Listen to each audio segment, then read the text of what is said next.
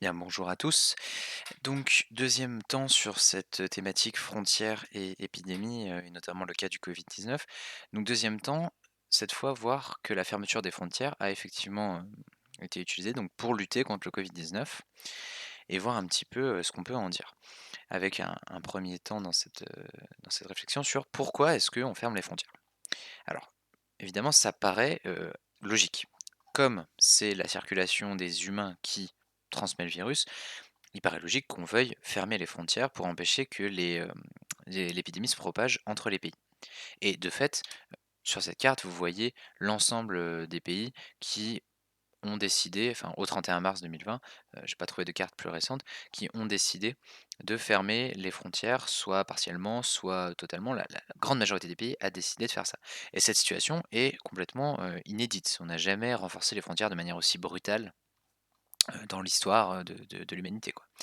Concrètement, qu'est-ce que ça veut dire? Et là, on est bien aussi au cœur de notre sujet à nous. Ça veut dire qu'on n'avait pas le droit de traverser une frontière. Normalement, la situation de base est interdit de traverser la frontière. Il y a évidemment quelques exceptions. Heu, Ces exceptions doivent être justifiées. Si vous avez vraiment une raison impérative de travail ou familiale notamment, de traverser une frontière, vous pouvez y être autorisé. Néanmoins, ces exceptions sont variables évidemment en fonction de chaque pays. En gros, vous avez 3 cas de figure.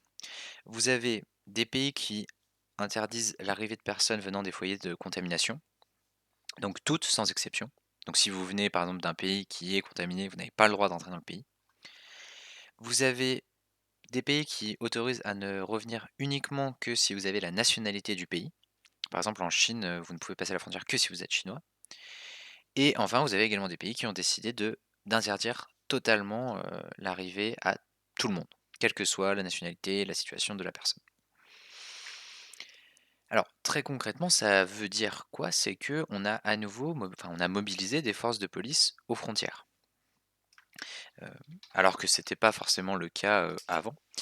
Là, vous voyez une photo de la frontière entre les États-Unis et le Mexique. Il y avait déjà des forces de police, là, il y en a eu encore plus pour surveiller cette frontière et la frontière est fermée.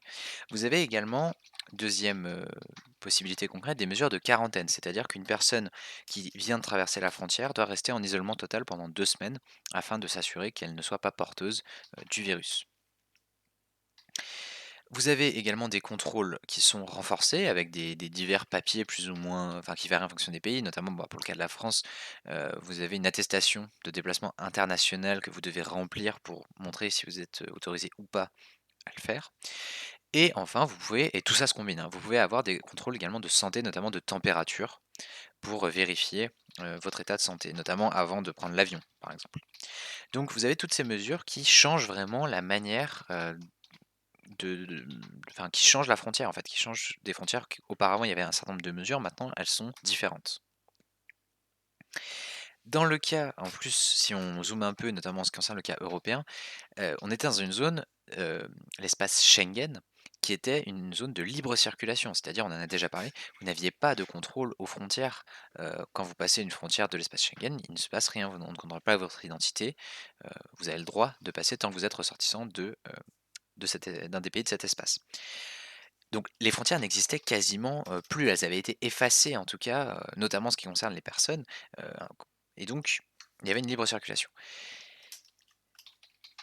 Donc si on prend un exemple entre la France et l'Allemagne, ça veut dire qu'il y avait des zones comme vous voyez ici, ça c'est la ville de Strasbourg, ça c'est la ville de Kiel. En fait, on remarque que la ville là c'est la frontière en rouge, vous avez une ville qui s'est un peu développée des 2 côtés, donc il y a une très forte, circulation de personnes entre les 2 côtés, que ce soit des travailleurs ou ne serait-ce que des gens pour se promener, aller faire des achats, n'importe quoi. Les 2 endroits étaient très, très liés. Vous avez même ici, vous le voyez, un jardin des 2 rives, en fait, qui est un parc où vous pouvez traverser la frontière sans qu'il n'y ait aucun contrôle. Or, cette frontière, qui était en rouge, qui avait été complètement effacée, est réapparue très brutalement avec la crise et la fermeture de la frontière. Les ponts sont bloqués. Il faut une attestation française et une attestation allemande si vous voulez traverser, pardon, pour aller travailler. Et symboliquement, ce qui permet de bien comprendre ça, c'est que vous aviez un tramway qui, permettait qui traversait la frontière. Ce tramway a été arrêté, n'a plus le droit de traverser la frontière. Donc vous voyez qu'on a un retour des frontières qui est particulièrement visible dans le cas où elle était complètement effacée, mais qui est valable partout, puisque tous les pays ont décidé de mettre en place des mesures de contrôle renforcées. Alors maintenant, il convient quand même de se poser la question, on a décidé de fermer les frontières, quelle est l'efficacité de cette fermeture des frontières? Alors comme je vous l'ai dit, ça paraît cohérent au premier abord, on se dit: «Oui, il est logique de fermer la frontière». Mais en fait, c'est une mesure qui est surtout efficace si elle est faite extrêmement tôt, heu, avant que la maladie n'arrive dans le pays, puisque ça évite que des personnes porteuses de la maladie se rendent dans un pays. Le problème, c'est que au stade actuel de la pandémie, c'est pas vraiment efficace d'un point de vue purement médical, puisque la maladie est déjà, en France, par exemple, ou dans un pays et donc de toute façon, elle se répand à l'intérieur du pays. Néanmoins, ça montre enfin, c'est une mesure qui reste symbolique, c'est pour montrer qu'on agit, que l'État agit. C'est pour montrer aux citoyens que l'État agit.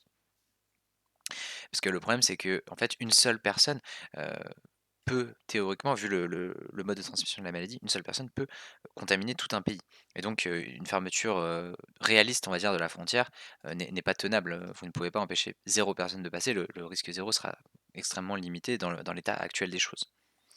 Hem, de plus, on peut même, se dire que la fermeture totale des frontières peut avoir même un effet contre-productif puisque ça peut avoir pour conséquence, d'empêcher enfin d'inciter les gens à passer illégalement, et donc sans être contrôlés et par exemple, si vous fermez les enfin, si vous laissez les gens passer, mais que vous les contrôlez, bah, vous avez une prise, alors que si c'est interdit, les gens vont essayer de passer illégalement et là, vous ne pouvez pas les contrôler. Ce qui est véritablement efficace, en fait, au cœur de la crise, c'est ce que l'on vit, encore aujourd'hui, c'est, le confinement. Ça, c'est une mesure efficace pendant le cœur de la crise dans lequel on est, puisque ça permet de réduire les contacts entre les gens et donc de limiter la propagation du virus. Et d'ailleurs, ce qu'on observe aujourd'hui, c'est-à-dire le ralentissement, du nombre de malades admis en réanimation et cetera, est une conséquence de ce confinement. D'ailleurs, c'est l'occasion de raconter une petite anecdote, historique. Vous avez ce village, Eyam, en Angleterre, qui, au XVIIe siècle, a été touché par la peste et les habitants ont décidé d'eux-mêmes, en fait, de se confiner. C'était pas comme ça qu'on appelait ça forcément, mais ils ont mis un cercle, de pierres tout autour de leur village pour marquer une limite que personne ne devait traverser. Personne ne devait sortir du village et personne ne devait non plus y entrer pour en ressortir. Et grâce à cela, la peste est restée confinée à l'intérieur de ce village-là. Elle ne s'est pas répandue autour. Donc c'est efficace, le confinement est efficace. Simplement, il faut arriver à le faire respecter par une population plus ou moins importante. Alors, plutôt sur un plus long terme, qu'est-ce qu'on a comme ressources efficaces pour pouvoir lutter contre la maladie? Eh bien, c'est, la recherche médicale qui est en cours actuellement, qui peut le permettre. D'une part, en proposant des médicaments, c'est-à-dire qu'une fois que vous avez, le virus, on va vous traiter grâce à un médicament. Pour l'instant, on n'a pas encore, hein, de médicaments dont on a prouvé l'efficacité. Et d'autre part, on a, la recherche qui se concentre pour essayer de trouver un vaccin. Un vaccin, c'est-à-dire une méthode qui permettrait que les gens ne contractent même plus la maladie. C'est l'occasion, hein, de rappeler un peu le principe de la vaccination. Si vous arrivez à vacciner la majorité d'une population, ça veut dire que la maladie va finir par disparaître, enfin, ça va limiter grandement la diffusion de la maladie, voire ça peut la faire complètement disparaître. C'est, ce qui s'est passé avec une maladie qui a fait des dizaines, enfin même des centaines de millions de morts au cours de l'histoire de l'humanité. C'est la variole, pour laquelle on a trouvé un vaccin.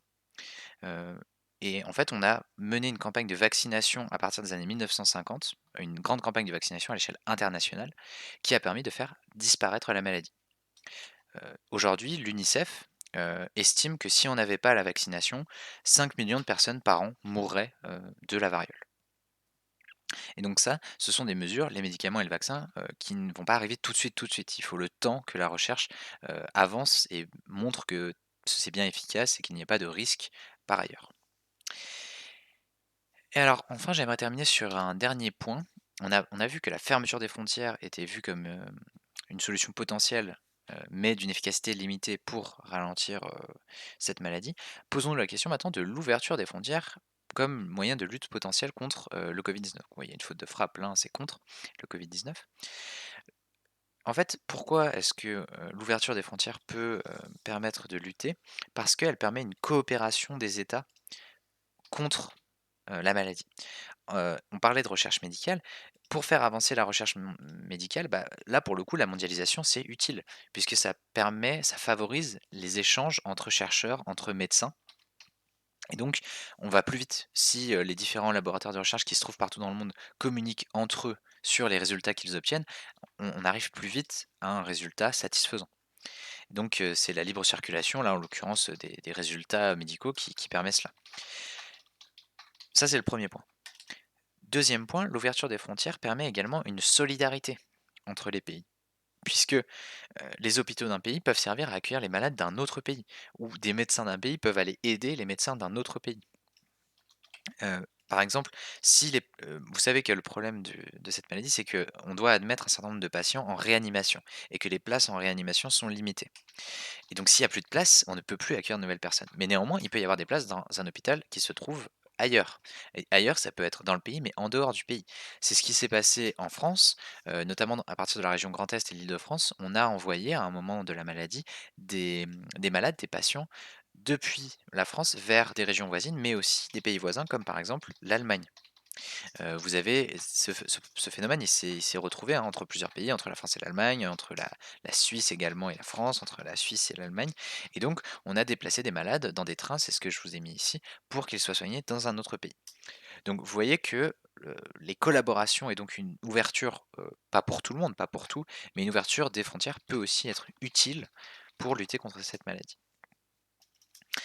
Voilà qui termine donc ce petit point sur frontières et épidémie.